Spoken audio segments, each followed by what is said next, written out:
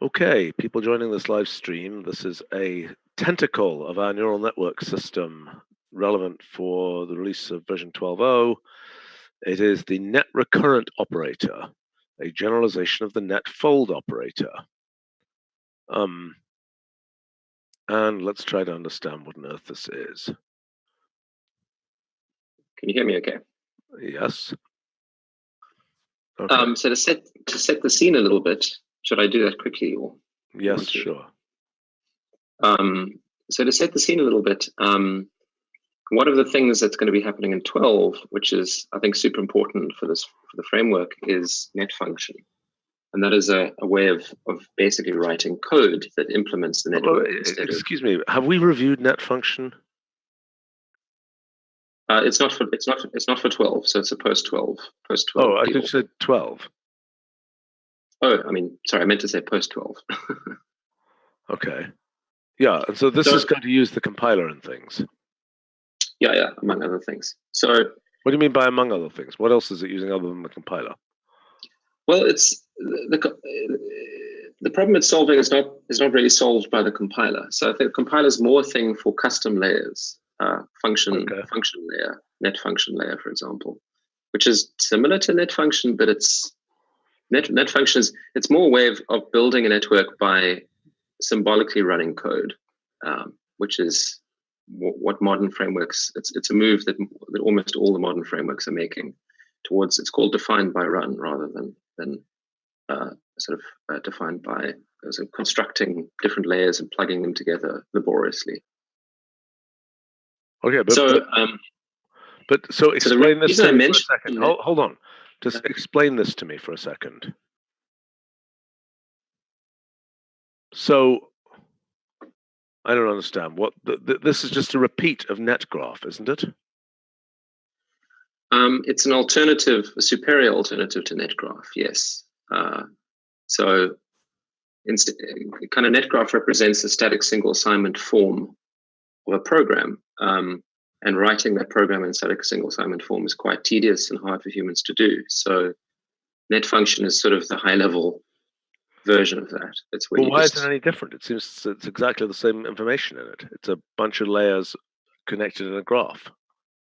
For the most part, yes, that's true. So what else is it? There are some things that you would do. So take higher order layers like mapping or folding. Yep. So in cases like this, or even structural operations like flattening, reshaping, this kind of thing. Yep. The way that you kind of want to express those in a net function world is just by using the Mathematica functions themselves. So just ordinary flatten, ordinary array reshape, ordinary plus. You don't want to use, plus layer, reshape layer. Those kind of layers don't really have a reason to exist in the world of net function. Yeah, I remember saying that long ago when we were introducing those layers. It's like, why do we have this? Why do we have these layers? But I think what you're thinking about there is there are Wolfram language functions that operate on lists. And in some sense, just like there's a notion of listability, there's also a version of networkability in some sense. Yes, and it's not even a very abstract sense. There's just not analogs, but exact parallels. So, okay, but certain functions, like if I say, array AI function of a layer, which is kind of an element-wise, function application. I mean, okay, so there are functions that are element-wise, which are in fact the listable functions probably. And there are functions that are more like array flatten would be another, or block map. Those would be two examples of functions that one could imagine in a convolutional neural net-y type way wanting to apply. Yes, exactly. So we want more and more of the language to just sort of define a network as easily as you would run it on ordinary lists. So they do need to be in a special context because in a network, only some things are differentiable. And that's, there's this little bubble of sort of differentiable operations that when, that we can call a network. I mean, I understand that claim, but what is, isn't it the case that eventually everything should be differentiable? Some things like random choice will never be differentiable. Okay, my claim would be any function with a deterministic output is differentiable in principle. And if it isn't, it's just an implementation detail right now. You may be right about that. I'll have to think very carefully about that. I mean, okay, practice, so let me give an example of one where I might be wrong. Okay, so something like GCD. Is GCD differentiable? An integer function.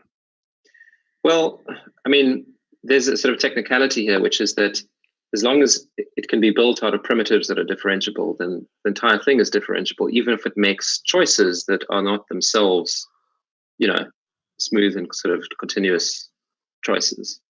Like even random choice is differentiable because the piece that it selects out, the gradient can be injected back into the original list from which it selected a piece. Well, but so specifically something like GCD. Is it the case that an integer operation like that you can see a path to how that can be differentiable? I think. What's that? Yes. Okay. I think it probably is. I mean, it might, yeah. So ultimately, what you're saying is that one can imagine one just has a piece of Wolfram language code, and that code, it might operate on an image, for example. And I mean, I don't even know what it looks like. I mean, like for example, let's say you take the image identifier, okay, and you take the forward execution of the image identifier. What is that in terms of ordinary code? Do you understand my question? Yes. I mean, that's very much not. I mean, the convolution parts; those are things that they're not calls to list convolve or whatever our Mathematica function is called. What are they? What are they? They are their own things. Like convnets have evolved kind of, independently of. Yeah, but I understand. But so what you've got here, so just so I understand, a convolution layer is like a block map. Is that true? Yes. Does block map overlap the blocks? Yes. Yes, it does. I mean, like a cellular automaton. I mean, convolution layers are like continuous cellular automata. Oh, well, that's non-overlapping. Okay, with offset D, so it can overlap the blocks. So it'll involve that, and it'll involve sort of linear algebra, basically just dot, I think. For which? For the convolution layer? For the so the actual the convolving. No, I understand. It's like list convolve, except it isn't quite. Yeah. But so my question is, when we look at these functions, right, as you go towards a world in which these are just ordinary functions, right? I would think I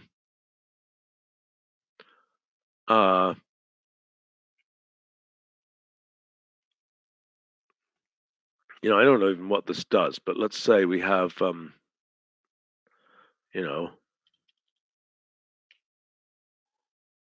try and get okay, grand. So if I say something like, I don't even know what this does. I don't know whether we can do this. Comma 4, for example, does that work?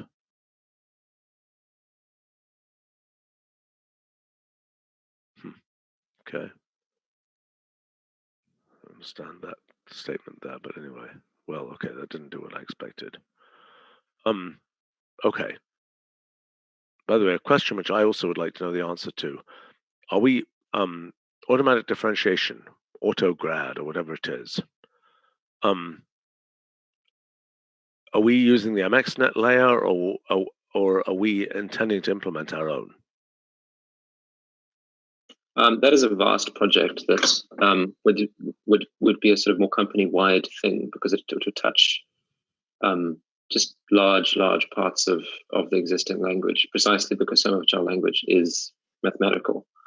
I don't think it's quite right for us for the moment. I think there's some very nice things you can do with that, but it's so far away from the existing framework that. Well, you're saying differentiability of I mean, the language is not by its nature, was not set up to be differentiable. I mean, explain your statement to me. So autograd refers to a specific kind of technology. So it involves tracking the evaluation of various functions, often linear algebra type on inputs. And as you sort of combine those arrays and evaluate functions on them, there could be piecewise functions. I mean, there could be element-wise functions like sine or ramp, or there could be dot, or there could be adding two arrays together. You're also recording a little sort of graph of how you got to the current computations, so that later on you can do backprop. And this technology has been done in various modern frameworks, and it is nice. It means that by the time you've got an answer, you've also got a recipe for how to produce gradients back to the original ingredients of that answer. It's kind of what net function will achieve in a different way. What autograd does is it does it live. So I don't understand why we're not in a position to do that. Why are we not in a position to say, sort of differentiably evaluate of an expression? Because we certainly know in our sort of, I mean, we better than, I mean, we have a symbolic trace of what happened. We don't happen to keep it a lot around for very long. But I mean, if we said differentiably evaluate, bad name, of expa, right, that would give a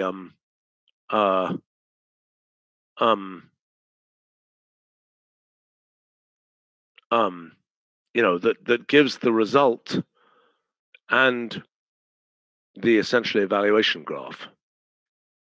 Right? There's actually nothing. I mean, okay, this reminds me a lot of what we're doing in, for example, automated theorem proving, when we generate a list of things that you can evaluate to get, to reprove the theorem, so to speak. So similarly here, this is some digested evaluation chain that you can also, go back and differentiate or back propagate through. Yes, no, I mean, there's nothing preventing this from existing, but it's just, this is a lot of work. And it's, well, I actually don't think it's so much work, because I think it just plugs into the evaluator. We already know this. We already have this information. No, because there's a library of, so for that tape that you're recording to be useful, it has to be, that graph has to correspond to things for which you have the rules for how to do backprop. Sure. And that demands a translation between the semantics of our language and the semantics of whatever backend is doing the actual backprop for you. Okay. Well, that's a different thing, right? But I mean, the point is, obviously, we don't. I mean, the back propagation is not exactly a complicated operation once you know what to do for a given operator. I mean, we don't want to write our own MXNet. We can't. That's a bad idea.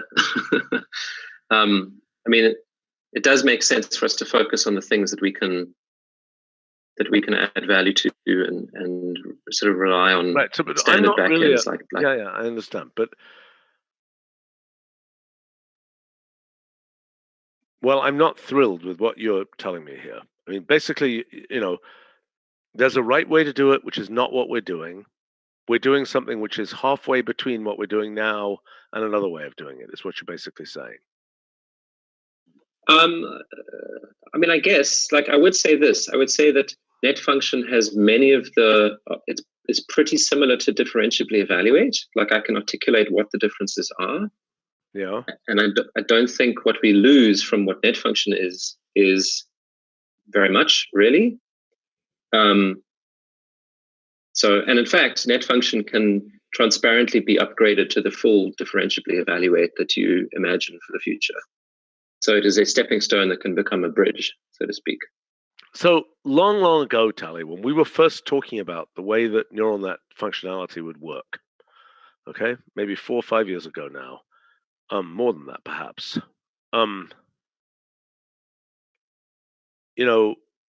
we had been talking about these these ways to combine functions, and it was related also to generalizing sort of combinator-like ways of combining functions, right? Because essentially, when you're talking about your graph is, could in principle be represented by combinator type functions, yes?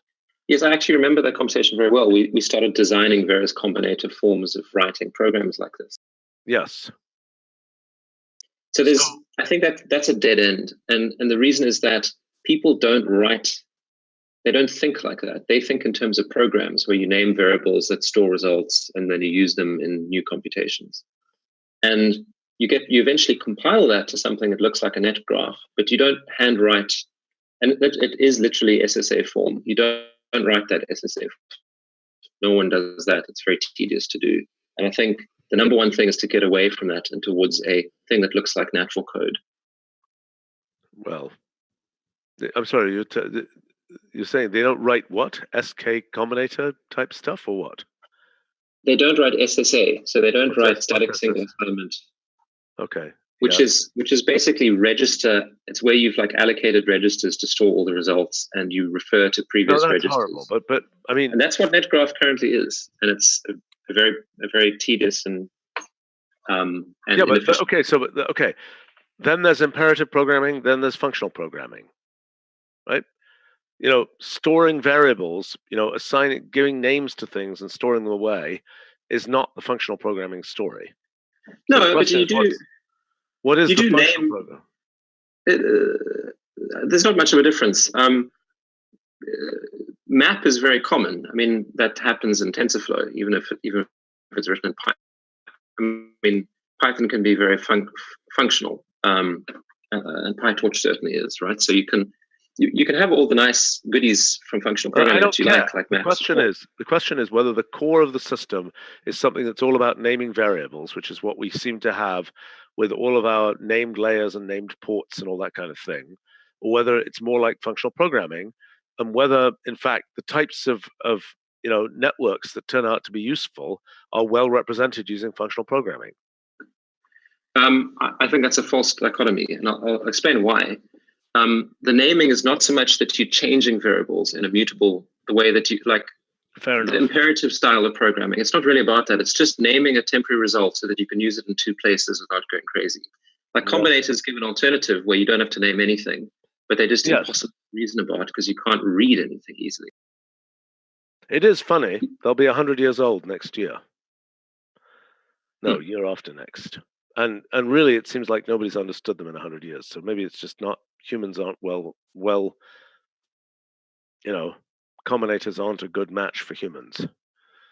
For simple things, they can be quite elegant, but as soon as you've got anything complicated going on, you sort of need to label the different pieces. And I think that's the only sense that I use the word variables. I don't mean mutably changing anything. Okay, but so fine. But so what does that relate then? So net function, as you've proposed it, has some weird list of sequence of layers type thing, which I don't really understand at all. I don't really know what this is, honestly. I think this is so old. I can't vouch for it. Well, it's 2015. This is from 2015. It might represent net function layer. Honestly, that could be it. Okay. Yeah. Okay. All right. Okay. Well, so you've got a different thing in mind for that. Okay. Let's go back to your net recurrent operator. Recording my deep suspicion of this. Okay. Okay. So the reason I brought up net function, and it was quite a detour, but it was important because I wanted to emphasize that there's this kind of migration we're making, which is for all the sort of structural operations, we really don't want to have, we don't want to duplicate the language. We want to just have the language be a good language to define networks in, where you call flatten. That's what we planned many, many years ago, yes. Yep. Okay. So we knew we were going. Actually, to be fair, we knew that was where we thought we would go, but we decided in order to pander to the existing frameworks and the things that could be efficiently implemented, we will basically define this more block diagram, machine codey type thing. So we kind of knew that we were okay, but go ahead. No, I think you're right in the history of that, and it's also like we've had a functioning neural network framework for 3 years because we did the somewhat hacky thing first, right? Yes. And we're in a position to just deprecate all of those structural layers and have the language be the way that the ordinary language be the way that. Oh yeah, but this is such a layer, is it not?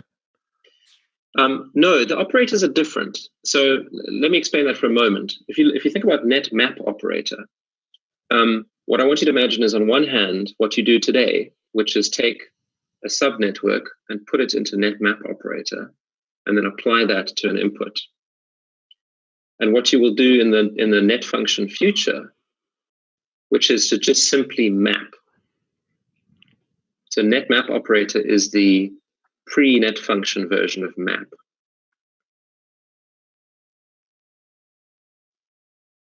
There's a certain lack of examples here.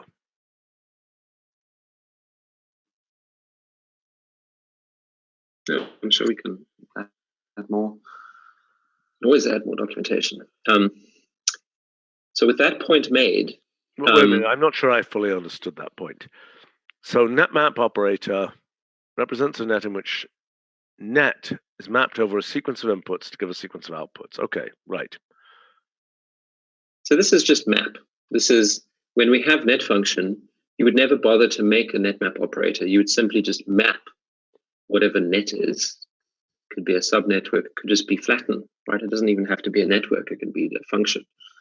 You just map it over one of your tensor results. Well, it's not obvious. I mean, what level you're mapping at in the tensor, et cetera, et cetera, et cetera. There's a bunch of hair, isn't there? Yes. So, I mean, we'll support multiple layers. And in fact, the new net map thread operator, which we designed last time, would, again, just be map thread. This layer it's a bubble of net function that exists in the present. And all right. What is net recurrent operator? So here's the thing. Net fold operator is kind of pretending to be the same thing. It was pretending to be fold before net function existed. Okay, but it's not. It's really not. And the way that we would naturally generalize it doesn't have anything to do with how fold works.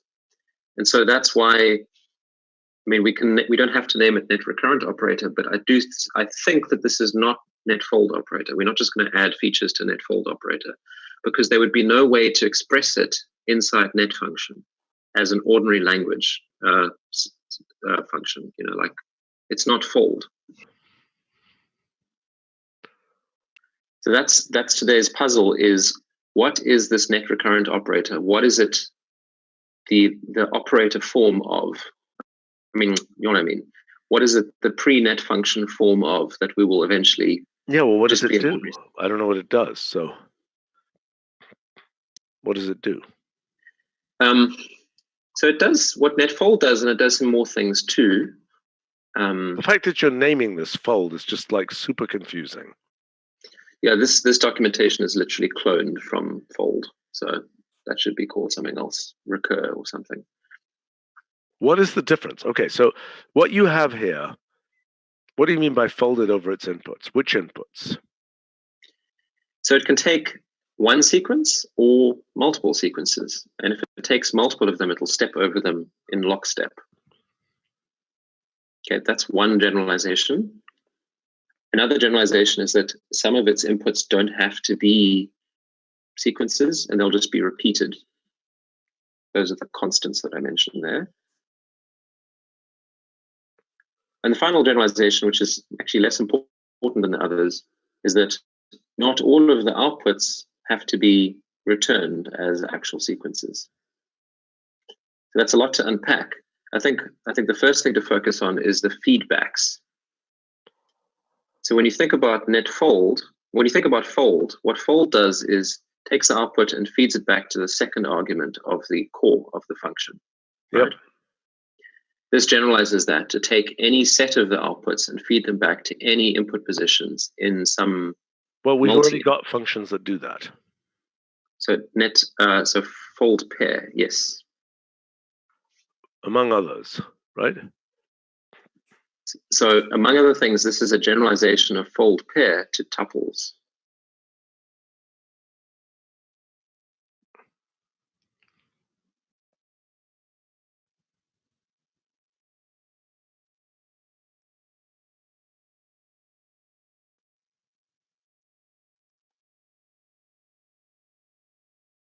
Okay, so hold on. Okay, let's break apart the logic of this conversation. So one thing is there a missing functional programming operation that is now useful for networks that could be supported for lists, but we don't happen to have it for lists? That's kind of what I'm aiming at, yes.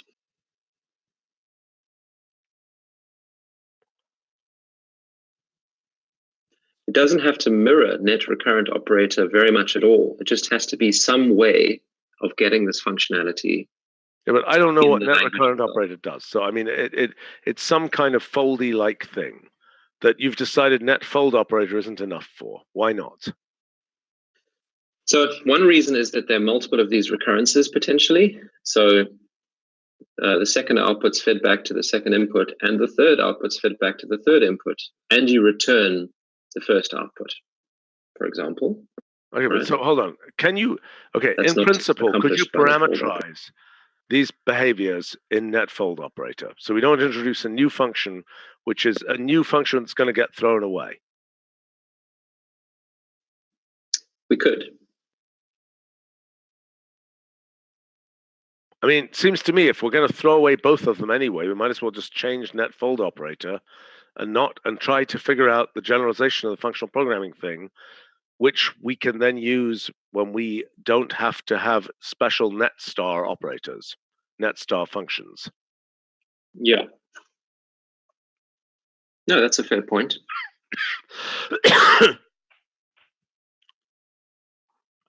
Okay, I'll do that. That does make things easier, actually.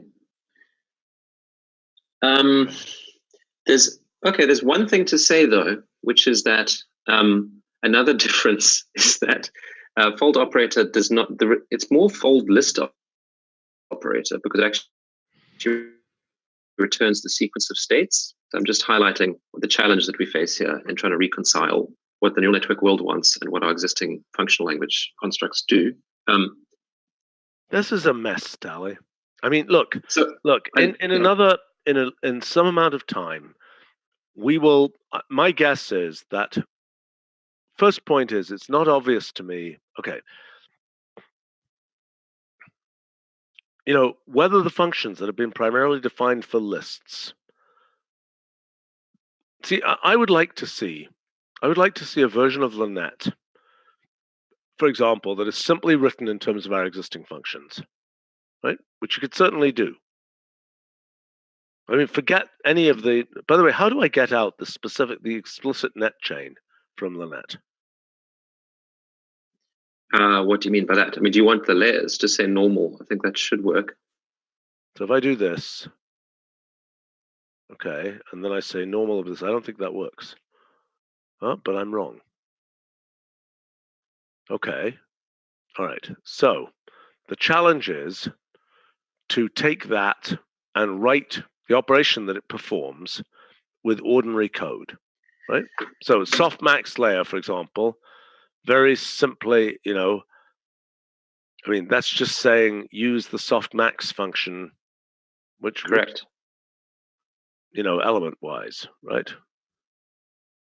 No, softmax is look at softmax. This I can't remember. Have we discussed this? It's on our agenda soon, I think.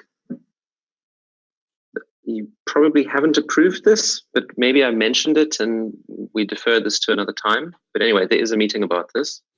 It's in the discussion on loss function. But this is an example of something where there was just genuinely a missing function that. So wait a minute, this is a new function. But we had a layer version of. Yes. Okay. Well, we need to talk about that. Yep, we know it's on the agenda. Okay. Sushma, were you aware of that? No, I was not. I mean, it's part of an upcoming meeting, which is called loss function. So that was when we were going to discuss that one. Okay, but does softmax as a symbolic thing? This looks not. Anyway, there's a typo there. But what about softmax of x? Softmax is a vectorial operation, but like max, it is defined. You're saying like max.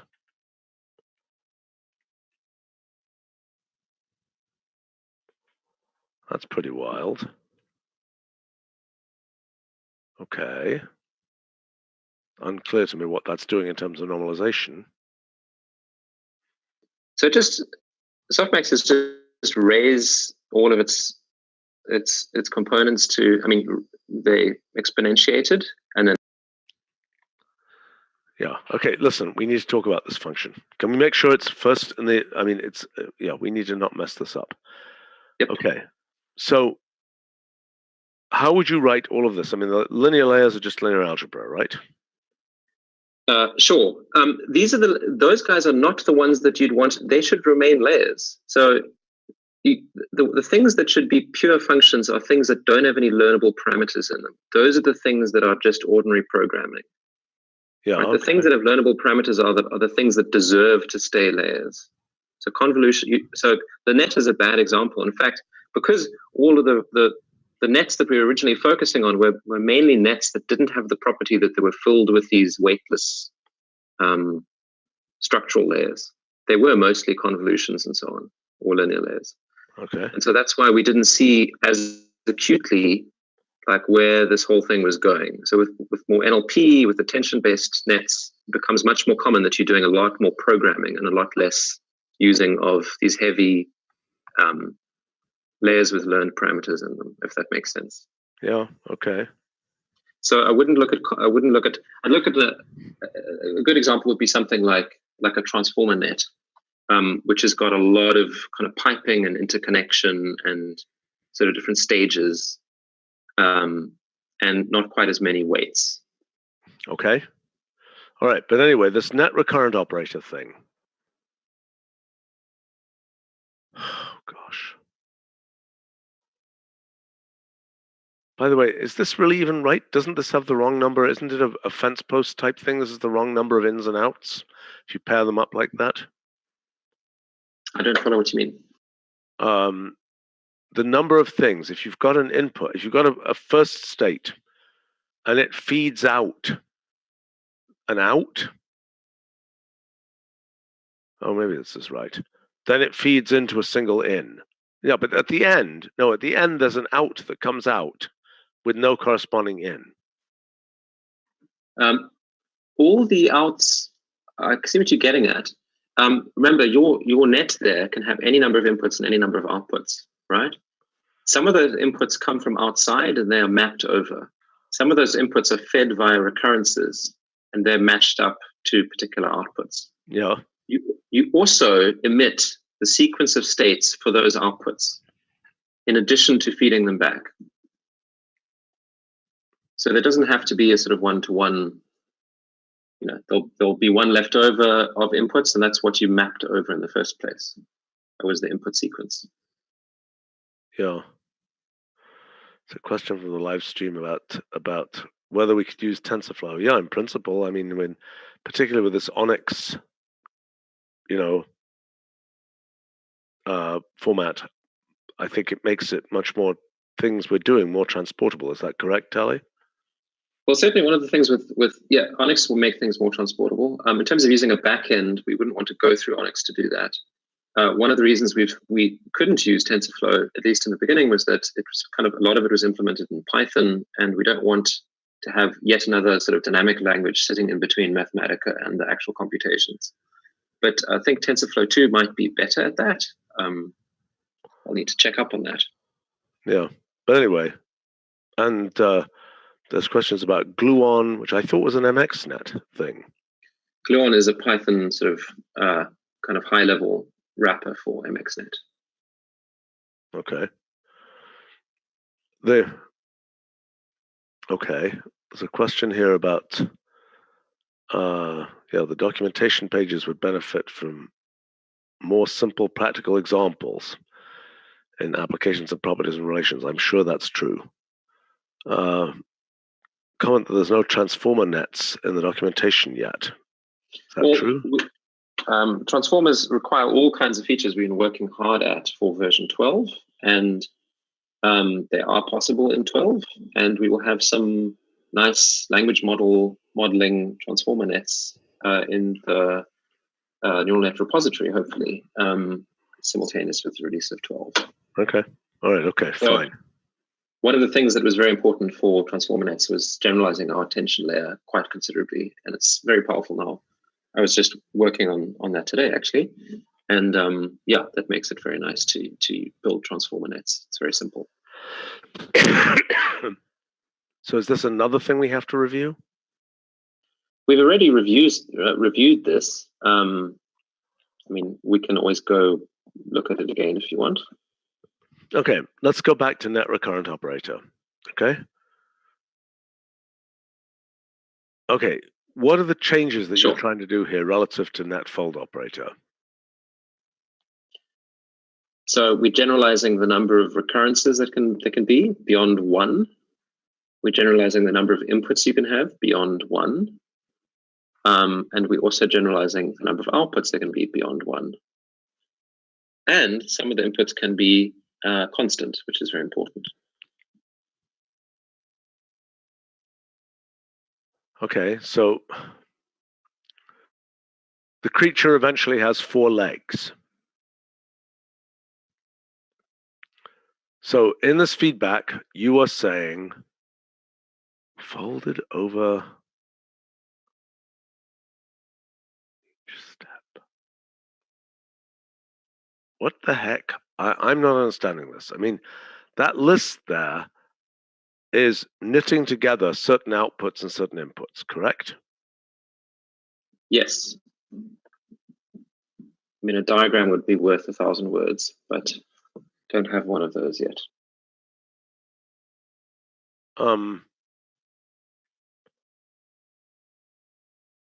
Okay. But I'm sorry. Each one of these, are you commissioning getting a diagram produced, by the way, here? I mean, we are so overloaded trying to finish everything up for the freeze. Just sketch one and ask somebody in design to make it. Okay. Yeah, that's can't object to that. Okay, so I'm still trying to understand here. You've got this list, out goes to in, etc., right? Yeah. I'm sorry, I'm really confused. What's happening? I mean, can you give me an analogy with some kind of? I mean, could we imagine a recurrence here over an association, for example, with a bunch of ports defined by an association? Does that make any sense, or is that something completely different? It may. Maybe you can scroll down. I think the first example might illustrate things nicely. That's the core that we're going to put into that recurrent operator, okay, or the fold operator, if we just make that better. You see it's got 2 inputs and it's got 1 output. And the second argument I've given there in the third input line, where I actually build the recurrent operator, I've got the recurrence output arrow state. You see that? Yes, I see that. So what that's saying is that this core is going to be repeated. This block will be repeated again and again. And the output will be fed back to provide the value of the next state for the next block. Okay. Okay, how many times will this be done? How many times is it folding? What is it folding over? Well, that leaves 1 leg left over, which is the input. Which is the operator. I see. This and that's operator. Yes, exactly. Yeah. So whatever's left over can walk along sequences. If there's 1 leg, it'll walk along 1 sequence. If there are multiple legs, then they can walk along multiple sequences. How does it get multiple legs? Well, that core that I defined there could have had 3 inputs. Yeah, I see what you're saying. Okay, so how does it know? I see, they have to be named inputs, but how does it know Oh boy. What does input varying, 2 mean? That means that the input to the entire operator is a matrix. Yeah, I get it. The number of rows. This is pretty hacky. Well, I mean, look, at this stage and at this point in the release cycle, we're not going to get any better than this. I suggest you just clean up the thing, not talk about fold all over the place, and make it experimental. Should we bundle it into fold operator like you were originally saying? That might be, as you said, might be better, because then we're kind of cauterizing a design we may not like long term into something that's going to be retired anyway. If you're sure it's going to be retired. Yes, I mean, the challenge still remains, and I think you're right, we can't do this now. The challenge is to define the core language function that is how you would express this recurrence without making use of operators at all. That would work on ordinary lists. Right. Well, it's not ordinary lists. What it is No, I mean, it totally would be. It would be something like fold pair list, or whatever. Yes, it's a thing that takes, I mean, whereas fold pair expects just, so we thought about how general fold pair can be. Okay, because fold pair is like kind of a transducer that goes down the list at every point, both emitting and feeding something on to the next step. Okay. Yes. And I think that is as general as it can be. I don't think there's a more general version of that. Is there? Are you claiming that your thing is a more general version? I am. So it generalizes because the pair can be a tuple where you're emitting, in your pair case, you're emitting the first piece and you're feeding back the second piece. Yes. But in my recurrent operator, the output of that net is a tuple of any length, and you're feeding back arbitrary pieces to arbitrary slots in the next cycle, and you're emitting arbitrary other pieces. That's the. But I think that's not generalization. It's just that there are some, filtering functions on both sides of that. It's the same thing. I mean, you've got, the question of whether you have, whether you're pre-filtering that you're emitting a tuple. Okay, great. There's a single expression which could itself be a list, for instance. Oh, so you're saying it's piping. So modulus and piping, it's the same thing. That is what I'm saying. Yes. Yeah, I agree. But I mean, fold pair list is different from fold list. Yes, and actually, the other awkwardness is that fold list and fold pair list, I think they return the original initial value unchanged, which is like, that's not what any network does, because yeah, I understand. The identity hasn't learned to do anything useful. This is a mess. So, yeah. Well, it's a design challenge. I mean, no, I know, but it's not one that we can, solve properly at this stage. What's a very qualified name for net recurrent operator? The longest reasonable name we could give it. Well, by analogy with map thread, and it is very similar to how we took net map operator and we made net map thread operator. We could have net fold thread operator because it's operating on multiple input sequences simultaneously and doing other crazy stuff. Seems reasonable to me. That seems reasonable to me. I mean, the disadvantage of that is that fold thread might be a genuinely interesting language thing of its own right, but maybe not. I don't know. It's a good question. But how general is net recurrent operator? I mean, will it show up all the time, or is it an obscure corner case? So these features do show up. So like we need them for transformers. That's why we can't punt on this. Transformers is, they're very important. I honestly think the best thing would be to put all this into net fold operator.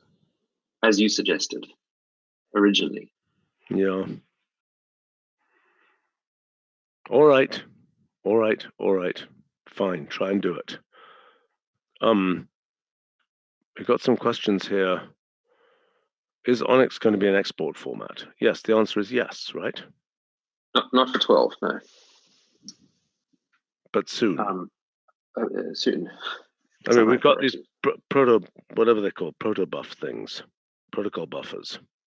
Yeah. Which are in 12, right? Which were a prerequisite for Onyx. That was a prerequisite, so that functionality is there. Yeah. Question that apparently came up on Stack Exchange today: why is there no net decoder of quotes function?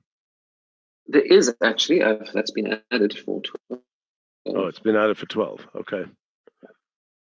Yep. Okay. Someone's asking, what's the analog of net recurrent operator and things like PyTorch? Obviously, I don't have a clue. So there's an answer to this question, which is that other frameworks and Onyx have exactly this thing, and it's called scan. So TensorFlow uses this term, Onyx uses that term, and basically net recurrent operator is what scan would be. Okay. We're not going to call it that. No, certainly not. Okay, Sebastian, are you happy with folding this into net fold operator? I'm not sure about it. So I do think that's okay. So what I don't like about it. So first of all, I think it's in the long run we will have this unless it becomes some language primitive. Well, which it will, which is what we've been discussing during the time you weren't here. Yeah, I heard part of that. So if it does become a language primitive, then it doesn't really matter too much because we'd retire either form, I guess. So yeah, why not just use the current operator at fold? I think so. I mean, it's not wonderful, but and I mean, then the exercise of thinking through folding, this multi-folding business. Again, we did spend some amount of time thinking about this in connection with fold pair and fold pair list. Yes, I really do think up to piping. Yeah, it does do that. Have this functionality. Maybe there's some sugar that we could add for piping. So, or it could even be that fold pair could have some association type behavior that's currently meaningless.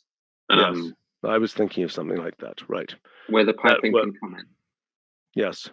All right, look, I think we need a separate discussion with other people about the functional programming aspects of these kinds of operators.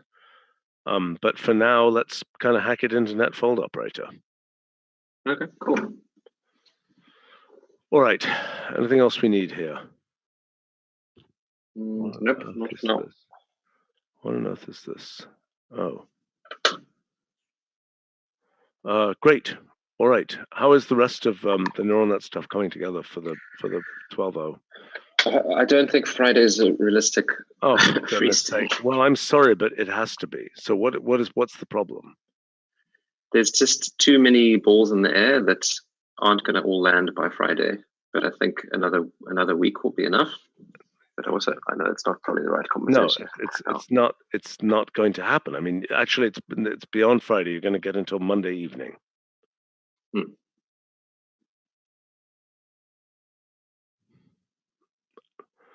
And then, if it's more time than that, you got to commit what you can commit, and then we'll have to just treat those things as bug fixes. But try hard to get the thing in by the actual freeze date, because every other component of hundreds of components are ready. So please don't be the last component. In fact, I know of no other components that. In fact, Sushma, do you know of anything else that? I mean, as of earlier today, we were being told. Go ahead. What were you going to say? No, I mean, when we discussed today, I think no one really objected of Mondays as a free state. So, it reminds me, Tally, there was a company that I was once agreed to be on the board of, at least for a little while, where the CEO of the company would have these meetings that were scheduled for an hour or whatever, and they would all be, oh, we're doing this and we're doing this and we're doing this. And then in the last couple of minutes of the meeting, he'd say, oh, and by the way, we're going to run out of money in 2 weeks. It's well, okay. So please, can I share something? Yes. So in a little bit of kind of letting off steam time on the weekend. This is actually on Sunday. I did some experimentation with reinforcement learning. Do you want to see a very quick 30-second little screen share? Yes. All right. This is, Tally, in the, I love the way there's this big freeze for a big version coming, right? And so what does Tally do in extra time? He does something which isn't going to make it into that version, but is... Well, it actually is. So one of the reason Seb and I worked on this on the weekend is that we wanted to make sure that if there was any kind of bugs in the framework or... All right, okay, let's see the demo. Okay, here, you can share. Let's see the demo. Sure. Yeah, here we go. Okay, here we go. So just for context, this is a little task that I defined, which is an orbit. So it's a little orbital simulation of like a little rocket. And the rocket can choose to fire in one of 4 directions to move around, right? But it's subject to gravity. And the task I've given it is How did you specify that? How did you specify that setup? I made a device. So I hooked into Sebastian's, similar thing. So it's some pseudo-external device. Yeah, exactly. So it actually looks like it's called Simulated Spaceship. And this is not an official, this is on a branch, but we could ship it if, we clean it up a bit. Anyway, so I gave it gravity and so on. And if you just make agents, then you can, this agent has got a constant action of always going left, and it'll just shoot off to the, but if I give it a random action of any action between 1 and 5, then, random integer, not random choice, then it'll just kind of blob around the place, going right, going left, and so on. And the color shows what action it took, and the size of the dot shows the reward it got. So I'm rewarding things for being close to the center of the gravity well. Okay. And its job should obviously be to figure out how to go live at the bottom of this gravity well. That's what we want to reward. Now, the fun thing is, it turns out it's not very much work to have simple reinforcement learning algorithms expressed in the framework. And better than that, you can visualize these solutions while training happens. So I'm using a kind of ancient algorithm called reinforce, which doesn't converge very quickly, but it does work. And by keeping the random seeds the same, I can visualize, however many different trajectories as training progresses, how it would do things differently on those particular examples. And we can see it hopefully bend all of these in so that the rocket is eventually kind of dwelling near the center of the gravity well, which I think is fun. Okay, but so the reinforced loss, can I see the definition of that? Sure. It's up here. It's literally just multiplying the cross entropy of what the net chose to do with the reward. By the way, one of the other design meetings we have is how you would express this with loss function, or improvements to loss function to make it easier to go write this kind of thing. So instead of using a graph, it would look much, much simpler than this. It would simply look like cross entropy of the output of the net versus the action it took times by the reward. And that just becomes, it's actually simpler than that. It's hash input. So it looks like that, which I think is much more readable than this net graph over here. Who knows what that does? Yes. Well, that's nice. Well, this is cool. Okay, so the thing's going to learn how to fall into a black hole or something here. Right. Very nice. Very nice. All right. Okay. That was an attempt to recover from the fact you just sort of announced that you're not going to be ready for this freeze date, but you really have to get as much as you can ready. Yep. Okay. All right. Well, see you guys soon. People who are on the live stream, we are about to go to another meeting also that will be live streamed. So hope to see you there. All right. See you later. Thanks.